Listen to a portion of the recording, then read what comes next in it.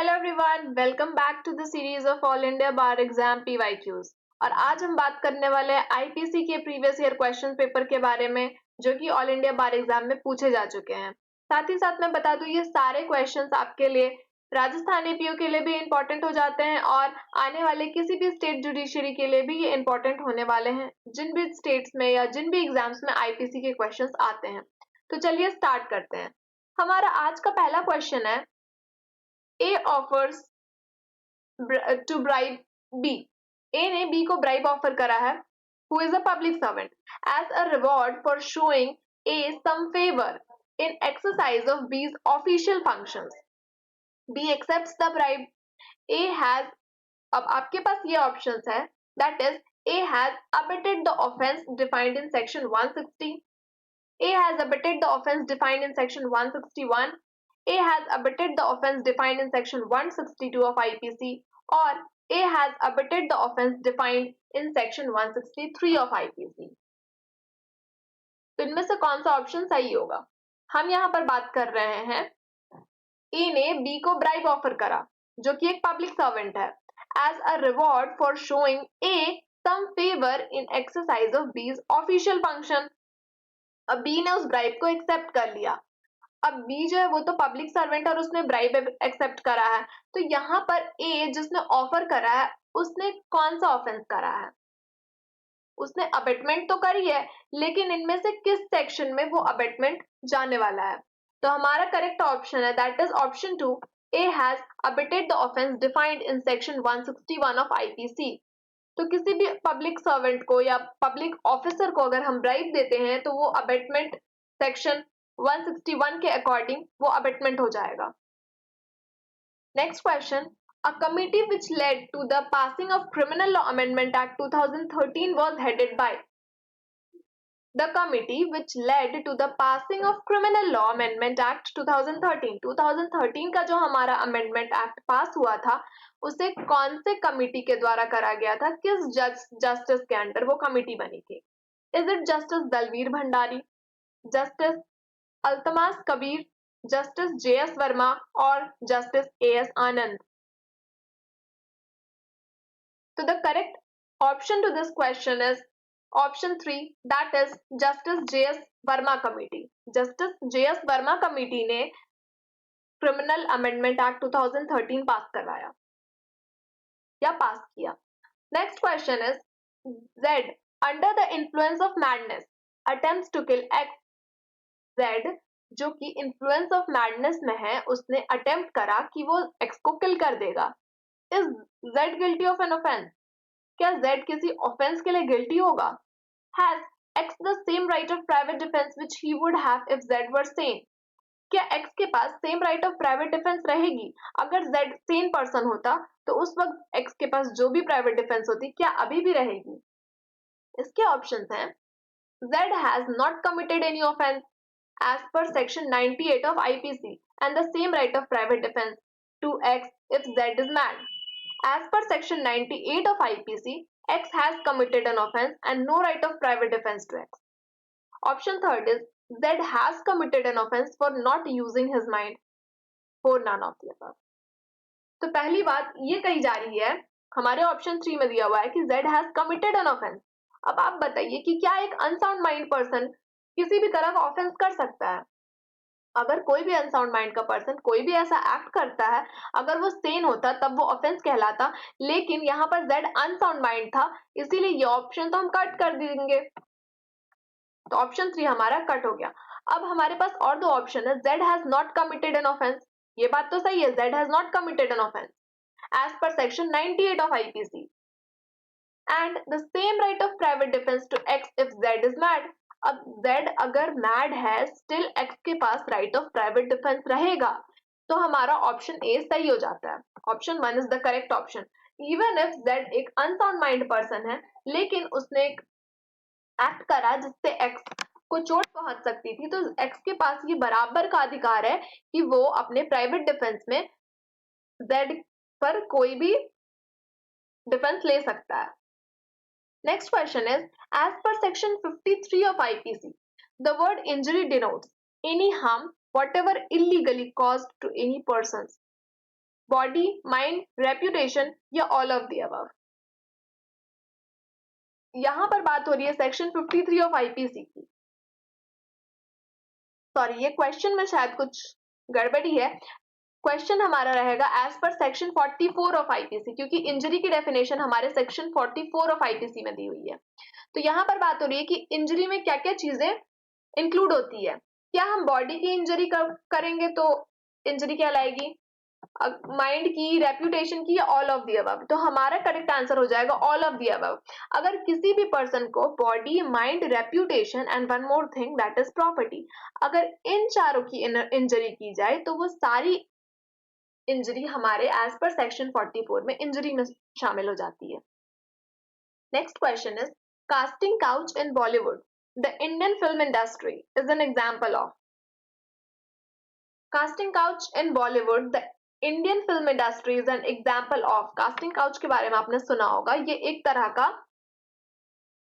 Offence होता है, sexual harassment में हो जाएगा कि अगर किसी भी पर्सन को आप सेक्सुअली हरास कर रहे हैं बॉलीवुड में एंट्री दिलाने के लिए, तो कास्टिंग काउच अगर आप कर रहे हैं तो that is a sexual harassment offence. तो ये एग्जांपल हो जाएगा, casting couch is an example of sexual harassment. तो हमारा करेक्ट आंसर हो जाएगा ऑप्शन 2।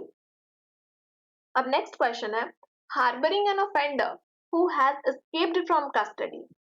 अगर हम किसी पर्सन को हार्बर कर रहे हैं, मतलब उसे हम पनाह दे रहे हैं या जगह दे रहे हैं, जगह प्रोवाइड कर रहे हैं, शेल्टर, फूड, क्लोथिंग, ये सब चीजें अगर हम किसी ऑफेंडर को प्रोवाइड कर रहे हैं who has been escaped from custody और whose apprehension has been ordered if the offense be capital is dealt under। हम किसी ऐसे पर्सन को हार्बर कर रहे हैं जिसे कैपिटल पनिशमेंट मिल चुकी है, तो हम कौन सा ऑफेंस कर रहे हैं? Will it come under section 215, 216, 217 और 218?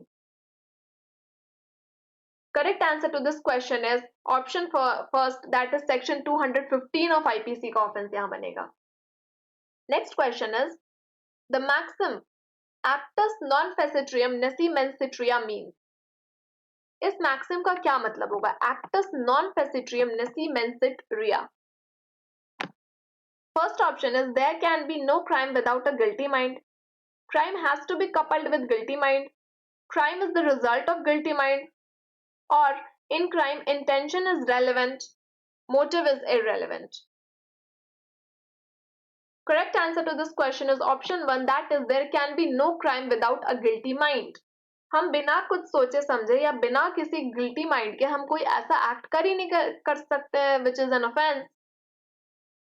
तो इस मैक्सिम का ये मतलब होता है। ये मैक्सिम आपके लिए बहुत इंपॉर्टेंट हो जाएगी क्योंकि ये आज तक कई सारे एग्जाम्स में पूछा गया है। आईपीसी, जहां पर भी आईपीसी के सब्जेक्ट आते हैं उस जगह पर ये मैक्सिम आपके लिए बहुत इंपॉर्टेंट हो जाता है। और मैक्सिम के ऑप्शंस आपको, अगर आप डायरेक्ट लेकर भी जाते हैं अपने बार एग्जाम में, still you will not be getting an answer because maxims तो दिए नहीं रहते हैं। तो इस मैक्सिम को याद कर लीजिएगा।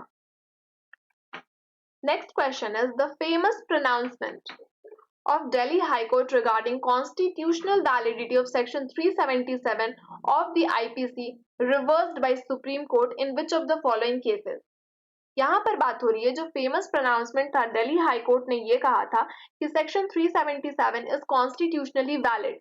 अब इस बात को ओवर रूल कर दिया गया in which of the following cases. Is it NALSA versus Union of India, Naz foundation versus government of NCT Delhi, Shabnam Hashmi versus Union of India, और Suresh Kaushal versus Naz foundation. Section 377 of IPC talks about the unnatural offences.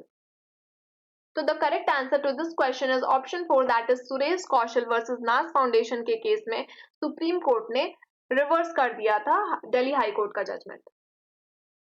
हमारा next question है under which section of IPC professional negligence is often invoked against medical professionals in cases aliasing professional negligence. अब यहाँ पर बात हो रही है प्रोफेशनल नेग्लिजेंस के बारे में। तो इनमें से कौन सा सेक्शन पनिश करता है प्रोफेशनल नेग्लिजेंस को? Is it section 303A, 304A, section 302 और section 305? The correct answer to this question is option 2, that is section 304A talks about the professional negligence। Next question is under section 82 of IPC, हम section 82 of IPC की बात कर रहे हैं जिसमें ये बात कही गई है कि nothing is an offence which is done by a child under which age, is it 14 years, 7 years, 18 years or 21 years? Nothing is an offense which is done by a child under the age of. Correct answer to this question is option 2, that is 7 years. तो अगर हम section 82 की बात करें तो 82 के according अगर कोई भी पर्सन अगर 7 इयर्स के अंडर का है तो उसके द्वारा कोई भी किया गया एक्ट को ऑफेंस हम नहीं मानेंगे। और वहीं अगर बात की जाए सेक्शन 83 ऑफ आईपीसी के बारे में तो एज पर सेक्शन 83 अगर कोई भी person he is between the age of 7 and 12 years और उसने अगर कोई ऐसा ऑफेंस कर दिया, कोई ऐसा एक्ट कर दिया है which is an offence as per the Indian penal code, तो हम पहले उसकी सफिशिएंट मैच्योरिटी देखेंगे। अगर वो चाइल्ड सफिशिएंटली मैच्योर है टू अंडरस्टैंड द कॉन्सिक्वेंसेस या to understand the nature of the act he did, तब हम उसे पनिश करेंगे, otherwise that will come under the immunity. Next question, R versus Dudley and Stephen. This is one of the landmark judgment of IPC. So R versus Dudley and Stephen stands for the principle that killing an innocent life to save his own is not a defense and necessity cannot be pleaded as a defense against murder. या ये बात कही गई थी कि necessity can be pleaded as a defense against murder. Killing an innocent life to save his own may become inevitable. Option 3 says that killing out of mercy is a defense and necessity cannot be pleaded as a defense against murder, or none of the above.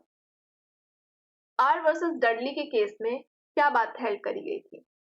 तो the correct answer to this question is option A, that is killing an innocent life to save his own is not a defense and necessity cannot be pleaded as a defense against the murder.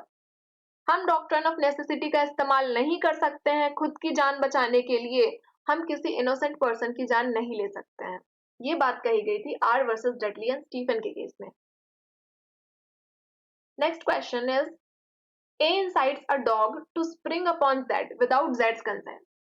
If A intends to cause injury, fear or annoyance to Z, यहाँ पर A ने एक dog को insight करा upon Z without Z's consent, और A की अगर ये इंटेंशन थी कि वो Z को इंजरी कॉज करे, फियर या अनोयंस कॉज करे, तो A ने कौन सा ऑफेंस करा है?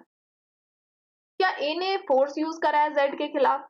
क्या A ने असॉल्ट करा है Z को? क्या A ने यूज करा है क्रिमिनल फोर्स टू Z, या नॉन ऑफ द अबव? तो the correct answer to this question is option 3, that is A ने क्रिमिनल फोर्स का इस्तेमाल करा है, और ये क्वेश्चन आपका डायरेक्टली इलस्ट्रेशन से लिया गया है। Next question is, A causes cattle to enter upon the field belonging to Z, intending to cause and knowing that he is likely to cause damage to Z's crop. A has committed which offense?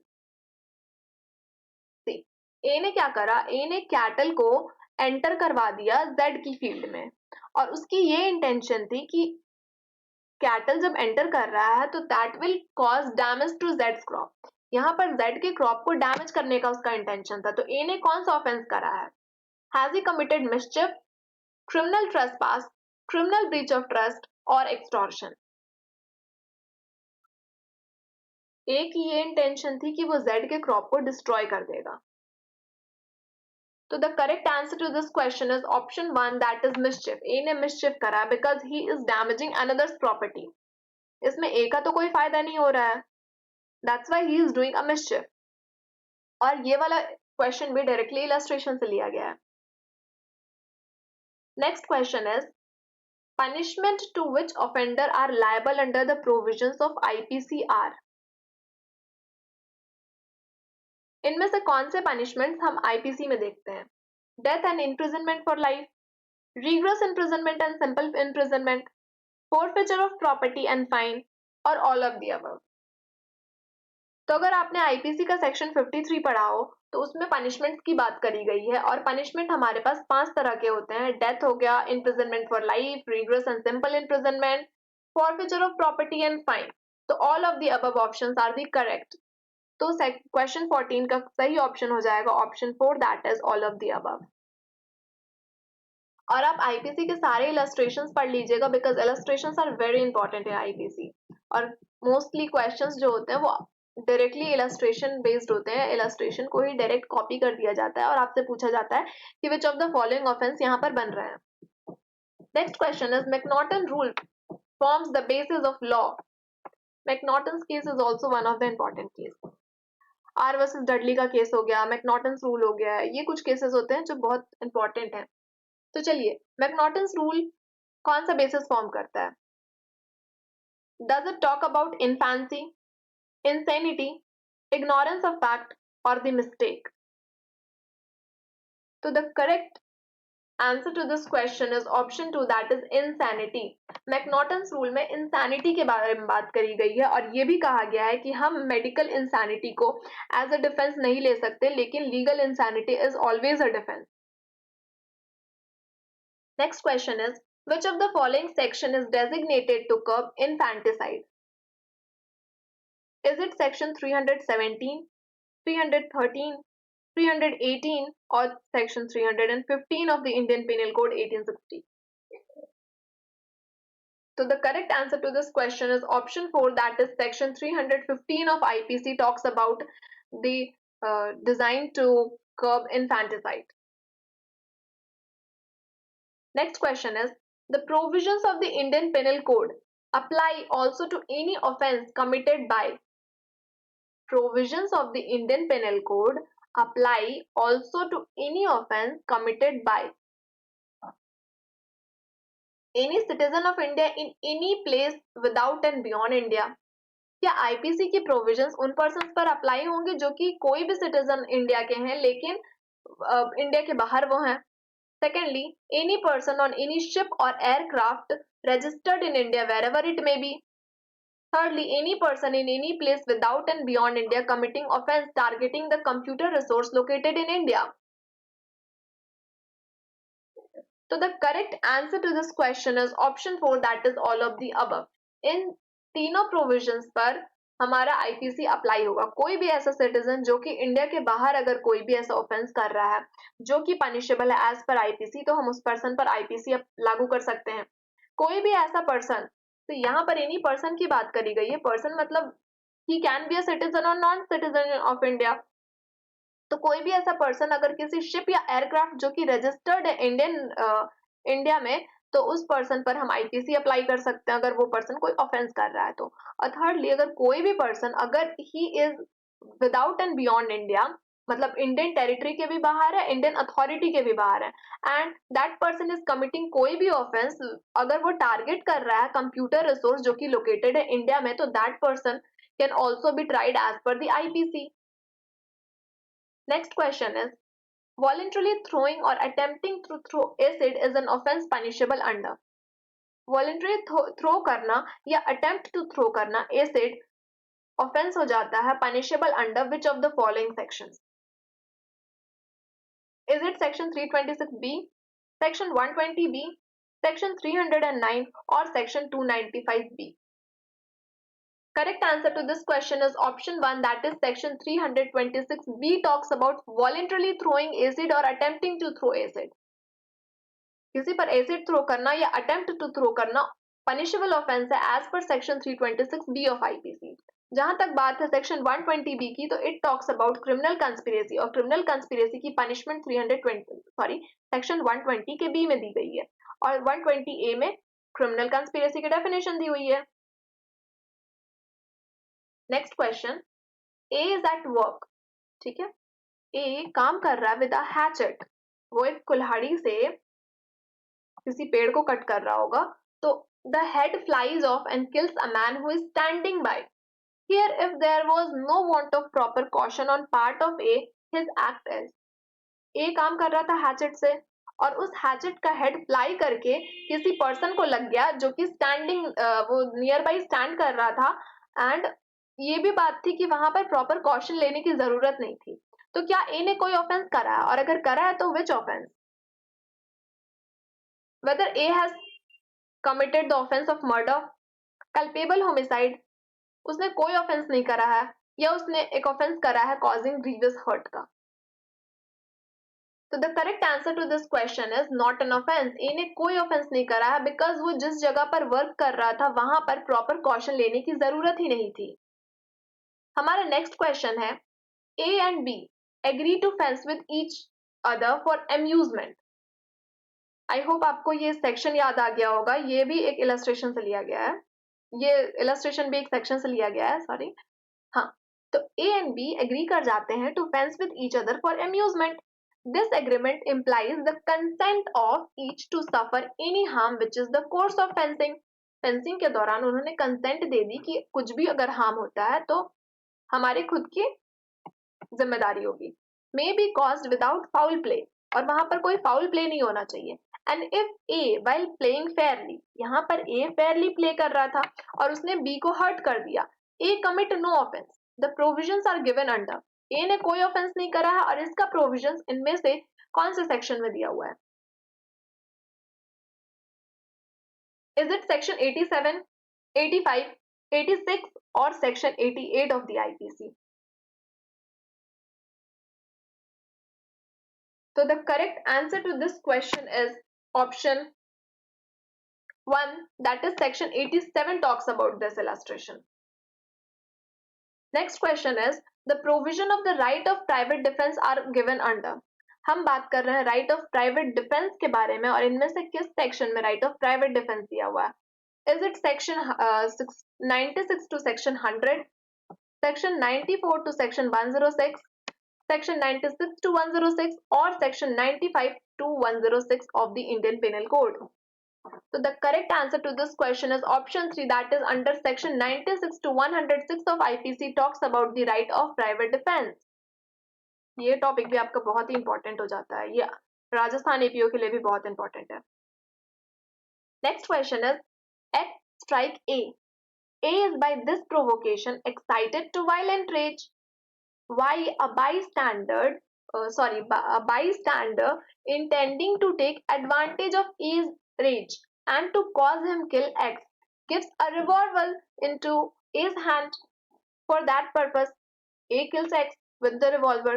अब यहाँ पर क्या बात हुई कि X ने A को strike कर दिया था। अब A प्रोवोक हो जाता है और काफी गुस्से में आ जाता है और वाई वहीं पर बगल में खड़ा था, तो वाई ने क्या करा, ए को रिवॉल्वर दे दी उसने कि आप इससे एक्स को शूट कर दो।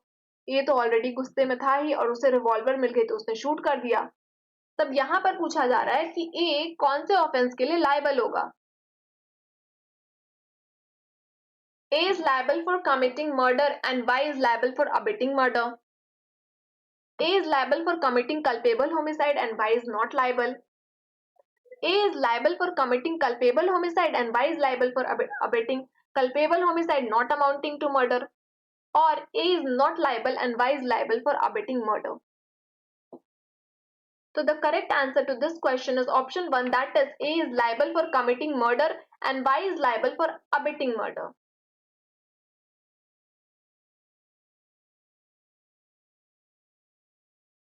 Next question is when two or more persons by fighting in a public place disturb the public peace, they are said to commit।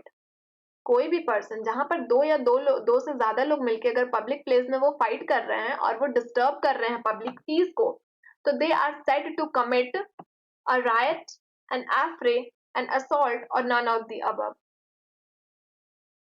Correct answer to this question is option 2, that is an affray. अगर दो या दो से ज्यादा लोग मिलके किसी public place में फाइट करते हैं जिस वजह से पब्लिक पीस डिस्टर्ब होती है, तो ये माना जाता है कि that person has committed an affray. Next question है the distinction between section 299 and 300 was made clear by Justice Melville in which of the following cases? Distinction between section 299 and 300 was made in which case? 299 culpable homicide की definition है, section 300 talks about murder, murder की definition 300 में दी हुई है। तो यहाँ पर केस पूछा जा रहा है कि किस केस में डिस्टिंक्शन हुआ था? Is it Rez versus गोराचंद Gopi, Rez versus Govinda, Govinda versus Rez या Rez versus Hayward? Correct answer to this question is option 2, that is Rez versus Govinda के केस में डिस्टिंक्शन हुआ था between section 299 and 300। यहाँ पर आपको जस्टिस का भी नाम याद रखना है, that is Justice Melville।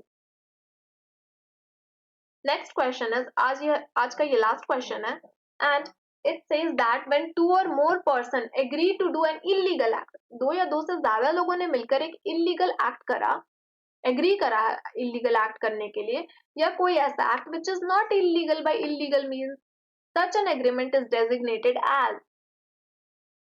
तो इसे हम क्या कहेंगे? Is it abetment by conspiracy, abetment by aid, criminal conspiracy और अबेटमेंट? तो the correct option to this question is option 3, that is यहाँ पर क्रिमिनल कंस्पिरेसी हो रही है जब दो या दो से ज्यादा लोग मिलकर एग्री कर रहे हैं कोई इलीगल एक्ट करने के लिए या कोई ऐसा एक्ट करने के लिए which is not illegal by illegal means, illegal तरीके से कर रहे हैं भले वो एक्ट इलीगल नहीं है, तो उस एग्रीमेंट को हम क्रिमिनल कंस्पिरेसी कहते हैं। क्रिमिनल कंस्पिरेसी की definition section 120A of IPC में दी हुई है और इसकी पनिशमेंट 120B में दी हुई है। इसी के साथ हमारा 25 क्वेश्चंस आज का कंप्लीट होता है। ये सारे questions all India bar exam में प्रीवियसली पूछे जा चुके हैं और इनके आंसर्स मैंने उसी के अकॉर्डिंग दिए हैं जिस आंसर्स को AIBE ने सही माना था। अब हमारे नेक्स्ट वीडियो में हम और 25 क्वेश्चंस लेके आने वाले हैं आईपीसी के प्रीवियस ईयर क्वेश्चन पेपर, और ये AIBE के अलावा और भी एग्जाम्स में आपके लिए इंपॉर्टेंट हो जाते हैं। फॉर एग्जाम्पल हमारा राजस्थान APO भी आने वाला है, फिर जो जितने भी स्टेट जुडिशियल सर्विसेज है जहां पर भी आईपीसी के क्वेश्चंस पूछे जाने वाले हैं, ये सारे क्वेश्चंस आपके लिए इक्वली इंपॉर्टेंट हैं। आई होप आपकी AIBE की तैयारी बहुत अच्छी चल रही होगी। अगर नहीं भी चल रही है तो स्टार्ट कर दीजिए, अभी भी वक्त है। मैं डेली आपसे ये बात कह रही हूँ कि आप प्लीज डायरेक्ट पढ़ना स्टार्ट कर दीजिए बिकॉज टाइम बहुत कम है। डायरेक्ट पढ़ेंगे, रिविजन करिए, MCQs लगाइए ज्यादा से ज्यादा। आई होप आपकी प्रिपरेशन अच्छी चलेगी। Thank you.